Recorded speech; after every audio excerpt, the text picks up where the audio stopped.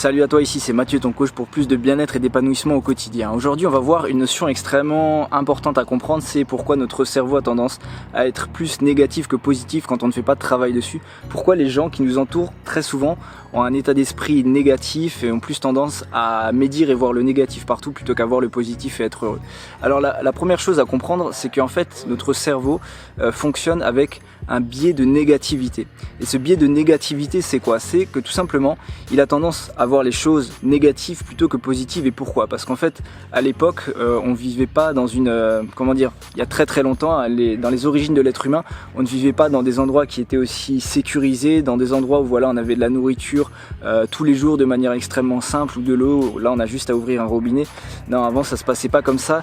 Et avant, l'être humain devait faire face à de nombreux animaux, à de nombreux dangers, à des combats sanglants avec d'autres êtres humains justement pour pouvoir survivre. Et en fait notre cerveau, certes la technologie va très vite, l'évolution de la société va très vite, mais notre cerveau lui prend un peu plus de temps à s'habituer. Et en fait c'est pour ça, le biais de négativité, c'est vraiment cette partie de notre cerveau reptilienne qui a tendance à être en totale réaction. Là tu vois, je viens de voir un oiseau qui vient de faire un immense bruit, ma tête a tout de suite tourné. Tu vois, le cerveau reptilien, c'est vraiment cette tendance du cerveau à se mettre tout de suite en position de protection et justement donc à plus voir les choses négatives plutôt qu'à voir les choses positives quoi.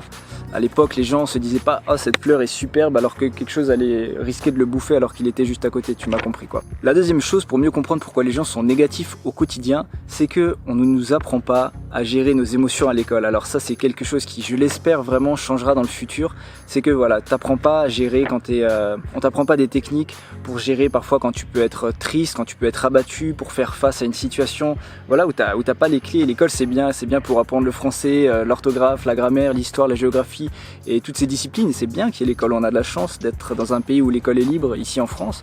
Mais je veux dire par là que ça tendrait vraiment, si on se focalise un peu plus sur le bien-être des êtres humains, voilà, l'apprentissage de la gestion des émotions, ce serait vraiment quelque chose qui serait super. Voilà.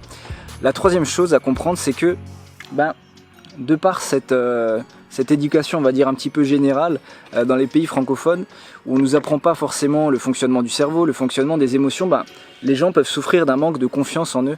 Et quand les gens manquent de confiance en eux, les gens ont parfois peur du jugement, etc. Et automatiquement, ils vont avoir tendance à se mettre un petit peu en porte-à-faux, à juger les autres pour se protéger, pour protéger leur propre ego et pour protéger tout simplement voilà, l'image qu'ils ont de leur propre réalité, qui parfois n'est pas en lien avec la réalité véritable. Bref, là je m'égare un petit peu, mais voilà, les gens manquent parfois de confiance en eux et ça peut expliquer pourquoi ils sont négatifs. Et l'une des conséquences justement que les gens soient négatifs, c'est que parfois ça devient une sorte de dépendance. Et qu'est-ce que j'entends par là? C'est que deux personnes négatives qui se rencontrent, forcément elles vont avoir tendance à s'échanger cette énergie, à s'échanger des paroles, des propos sur cette énergie, sur le fait de dire ah bah oui, nanana, ce matin c'est dur, nanana, enfin voilà, je pense que tu vois ce que je veux dire. Et ça crée une espèce de dépendance relationnelle au final, parce que quand vous êtes négatif et que vous avez un entourage qui automatiquement l'est aussi, c'est un petit peu compliqué de changer, de se dire ah bah voilà, je veux plus de bonheur dans ma vie, donc il va falloir que je fasse le tri et que je mette certaines choses au point. Ça peut être un petit peu compliqué.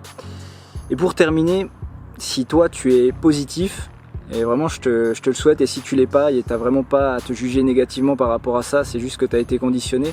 En tout cas maintenant que tu sais que tu peux être positif via certaines techniques, je t'invite vraiment à l'être au maximum, parce que forcément tout le monde a des pensées, on peut pas être positif 100% du temps. Mais en tout cas voilà, je t'invite vraiment à travailler sur toi et à ne pas juger négativement justement les gens qui sont négatifs. Voilà, c'est vraiment quelque chose qui est en eux et ils sont pas forcément conscients de ça, ils sont pas forcément conscients qu'on peut changer. Et voilà, faut pas être trop dur avec eux. Sur ce, moi je mets un terme à cette vidéo. Si tu l'as aimé, tu peux la liker, tu peux la partager ou t'abonner à ma chaîne. Voilà, moi je te souhaite une très bonne journée, j'espère que c'est aussi ensoleillé chez toi que chez moi, et je te dis à très vite sur Bonne Énergie pour plus de vidéos de ce type. Salut!